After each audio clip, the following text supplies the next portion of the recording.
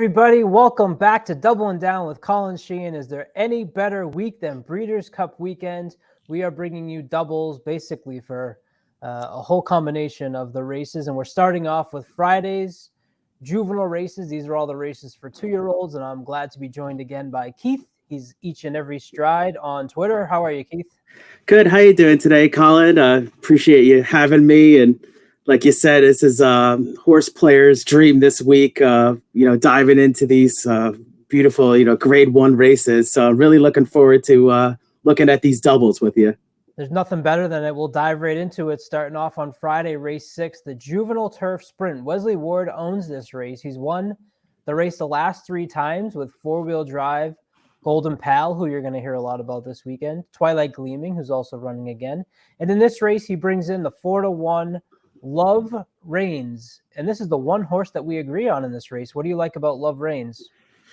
Like you just touched on, Ward is, not an understatement that he's owned this race the last 3 runnings. And, looking at the form here, obviously they tried the Ascot race and, as far as that was an experiment, but then now, with Saratoga, they got that win, obviously, with Irad, and then Irad's going to be jumping aboard again now. And, just the connections and, this horse is back at Keeneland. And, I just think it really sets up the 2-draw works well. And, obviously in my double, I just wanted to include this one. And I do have a few other runners I'm going to touch on too.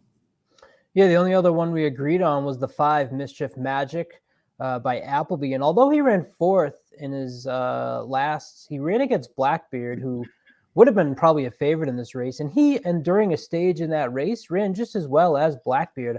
I love that he comes from off the pace because this race is loaded with a lot of speed.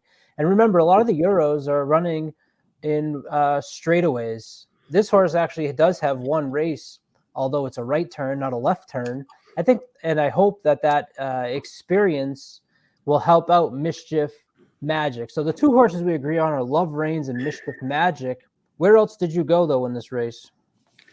So, yeah, I definitely like Mischief Magic. And then I did take the Speedboat Beach, number 11. Now, I know Baffert is not really, known for this kind of, success with the grass running, especially at this big stage. But I like this horse's early speed. I know the outside draw is, not ideal, but, I do look at these workouts from Santa Anita, and I do like what I see here, just basically since September 24th coming back there, and then just some nice drills there. And I think if this horse cannot just be wide around the first turn and get a good tactical position with its early speed, you never know. Actually, at 6-1, if I can get somewhere around that price, that would be a nice play. Yeah, and I have 2 prices for you on my ticket, the 7 and the 8. The 7 is Oxymore. This horse can be quick. He really breaks well. His last race was a stakes race at a mile, and he was second in the Skidmore and showed great speed. I think that those breaks, this race has a lot of speed in it, and a lot of speed might not bode well. But at 8-1 with Jose Ortiz and Chad Brown, I will take a shot. Right outside that horse is the 8 American Apple. This horse started at 5 and 5.5 furlongs, and he's gotten better as they've cut back in distance. So the first 2 races were on the dirt. Then they went a mile on the turf, 6.5 on the turf, 6 furlongs on the turf. And the speed figures keep getting better. At 20-1, I'm willing to take a shot that a horse like this, who can sit off the pace, can hopefully make a late run and take it home for a nice price. I think in these early races, this is where I'm looking for some prices. I'm going to try to make my money on Friday, because when you get later in Saturday, I think you're going to good luck to you trying to beat Golden Pal and Flightline and Nest and these big horses that we'll see. The other horse that I took a chance on that I want to have on my ticket is the 10 Tyler's Tribe. This is just a superb story, an Iowa bred, undefeated, named after a boy that's been battling cancer, who's his biggest fan. He shows a ton of speed. He's got the outside post. He's also only run on dirt. This is really just a little bit of a want him on my ticket, so I could be extra happy if Tyler's Tribe is actually able to take it home. You had one more horse on your ticket. That was the 12. Yeah, so you made some great points there with some of those bigger prices, but I did include the Platinum Queen as I was looking and kind of diving into some of these runners.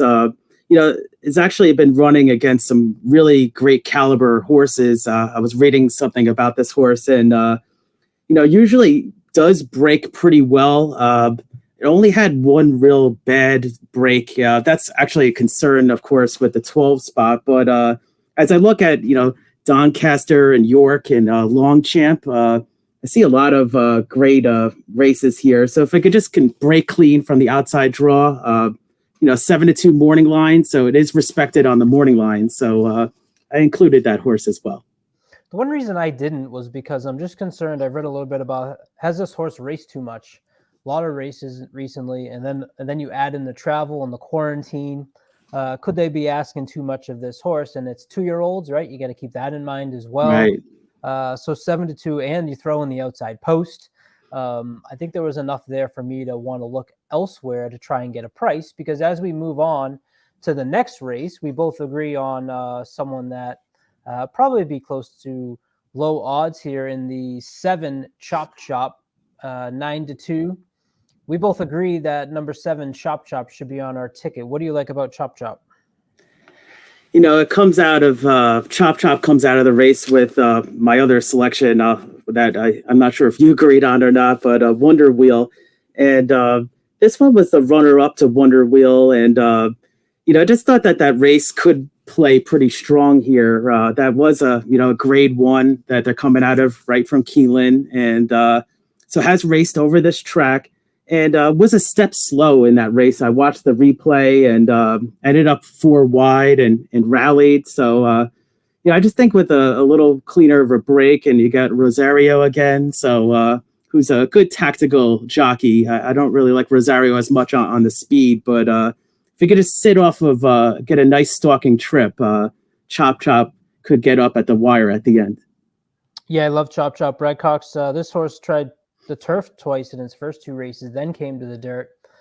Brad Cox said that this horse out of the break maybe was a little bothered by being on dirt for the first time, but showed some incredible experience there. And Wonder Wheel's a horse that I'm fading. If you go back and watch the videos I posted on Wonder Wheel, my Twitter account blew up like nothing about how much we should fade Wonder Wheel.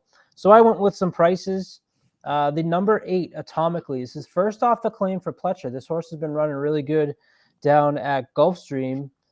Pretty interesting that Pletcher makes the claim and then moves him into this race. I think that's or moves her into this race. I think that's a good sign.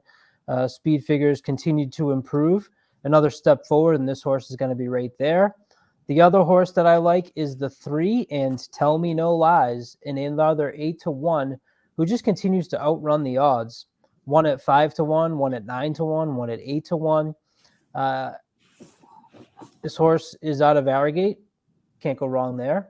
And in this race, you'll notice something for me is that I'm leaning towards the horses that have run at this distance and have shown experience at this distance. And I think that's where you kind of want to place your bets for the juvenile fillies. So that's what we have for the double for Friday's first 2 races of the Breeders' Cup.